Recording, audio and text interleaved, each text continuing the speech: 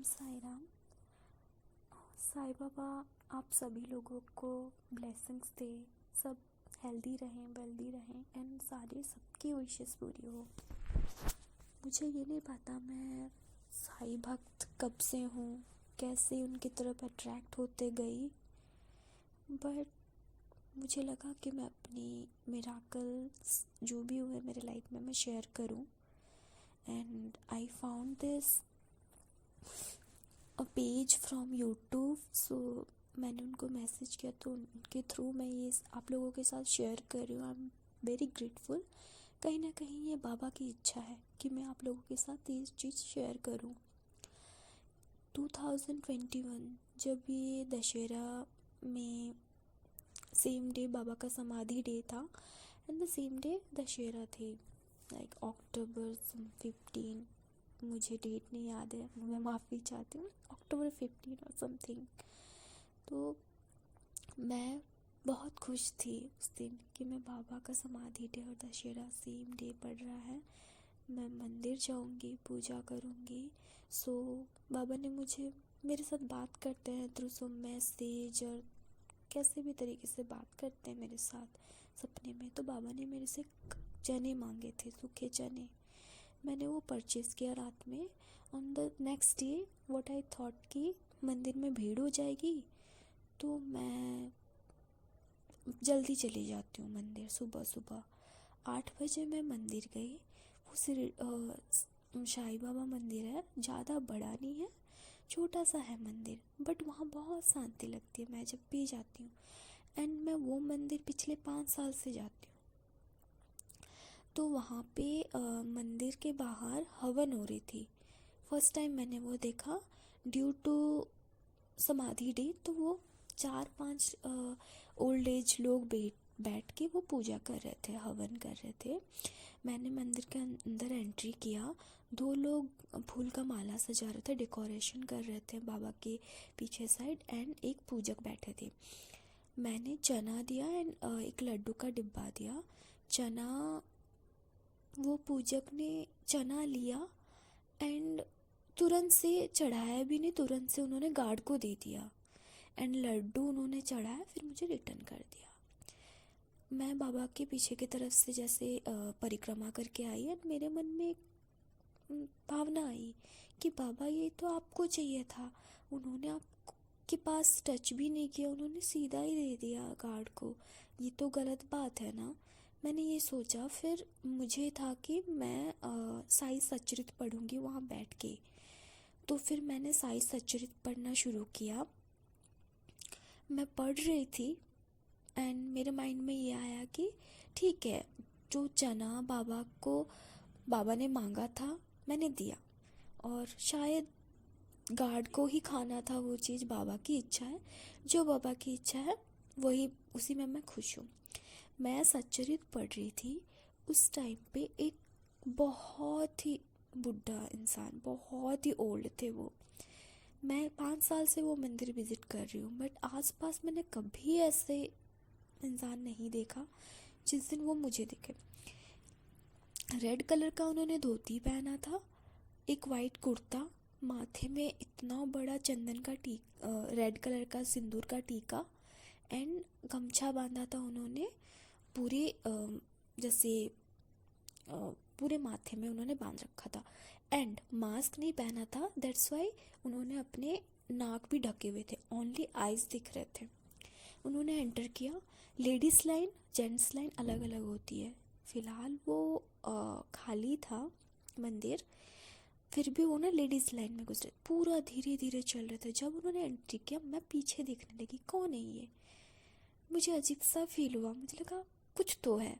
फिर पूजक ने उनको कहा कि बाबा जी इस साइड आ जाओ। वो गए, धीरे धीरे मेरे तरफ ऐसे देख देख के जा रहे हैं। फिर उन्होंने बाबा के सामने गए, फिर उन्होंने परिक्रमा करा बाबा का। तब तक मुझे लग रहा था कि वो मेरे पास आएंगे, वो मेरे पास भी आए और उन्होंने मुझे कहा ओम साई राम, ओम साई राम, ओम साई राम, ऐसे ही कहते गए। I can not believe, even अभी जब मैं कह भी रही हूँ मेरे आंखों से आंसू आ रहे हैं, बिकॉज मेरा एक इच्छा था कि मैं आपके, मुझे लगता है मैं अपने बाबा की फेवरेट लड़की हूँ, जो होता है ना घर में सबसे छोटा प्यारा, मैं वही हूँ। तो मैं हमेशा कंप्लेन करती थी कि आप मुझे कभी मिलने नहीं आते, आप मुझे कभी शिरडी नहीं बुलाते। शिरडी जाते हुए सब, शिरडी में गई हूँ बहुत बार, सपना देखा है, लेकिन रियल में मैं कभी नहीं गई।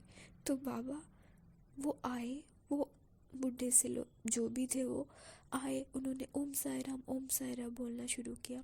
मैंने देखा उनकी तरफ, आंखें जैसी मेरे बाबा के जैसे आंखें होते ना, जैसे झलसा सा आंखें, ऐसी ही आंखें था। मैंने पाँव देखा, जैसे बाबा के धूल भरी मिट्टी भरी पाँव होती, वैसे ही था। पता नहीं क्यों ऐसा लगा कि मैं इतनी अभागन हूँ, मुझे समझ आ रहा था, लेकिन मैंने उनका आशीर्वाद तक नहीं ले पाई। वो चले गए, पता नहीं क्या हुआ। उसके बाद मेरा फ़ोन हैंग हो गया, मैं सच्चरित कंटिन्यू नहीं कर पाई। फिर मुझे ऐसा लगा कि मैं तो ये मिठाई बांटने वाली थी, प्रसाद, तो मैं इन बाबा को क्यों नहीं दिया। मैं एकदम से 2 सेकंड नहीं हुआ, मैं मंदिर के बाहर गई। वहाँ पे एक गार्ड खड़े थे। उस मंदिर में गिने चुने 2-4 लोग थे और एंट्री भी एक ही थी। तो मैंने पूछा, गार्ड जी, बाबा अभी एक धोती पहन के रेड कलर की ऐसे ऐसे करके बाबा आए थे, कहाँ गए, कौन से बाबा। वो कह रहे हैं कौन से बाबा, अभी तो कोई नहीं, आप तो मंदिर में अकेले हो और सब अंदर पहले से थे। I was shocked. वो मंदिर ऐसी जगह पे है कि आप निकलोगे तो आपको दिखेगा वो इधर आते जाते।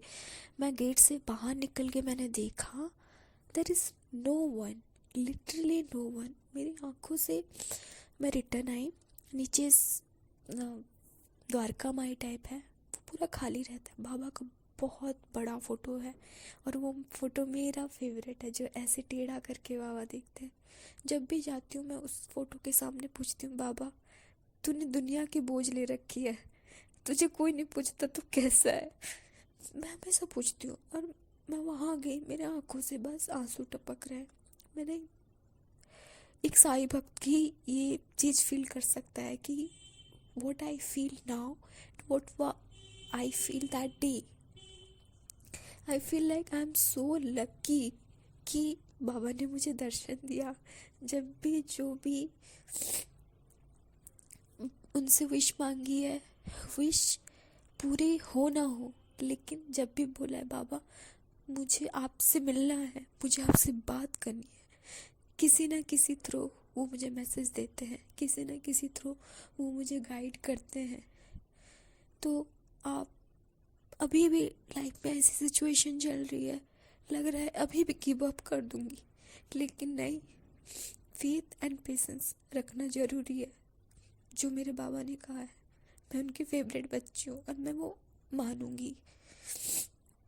लाइफ में कोई भी कितना भी प्रॉब्लम्स झेल रहा हो, माइट भी बाबा उनके टेस्ट ले रहे होंगे, बट बाबा उनके साथ नहीं छोड़ेंगे। अगर हम सच्चाई की राह पे हैं तो हमारा साथ बाबा कभी नहीं छोड़ेंगे। तो मेरा मैसेज बस यही है, ओम साई राम टू एवरीवन। कभी किसी को हर्ट मत कीजिएगा, हमेशा हर किसी का भला चाहिएगा। लाइफ में फेथ, विश्वास और सबूरी, ये दोनों बहुत ज़रूरी है। धैर्य, सबूरी, ये दोनों चीज़ है तो लाइफ में आप कुछ भी अचीव कर सकते हैं। तो my stories that only, I have lots of story, but ये मेरा सबसे लेटेस्ट स्टोरी थी। Thank you so much.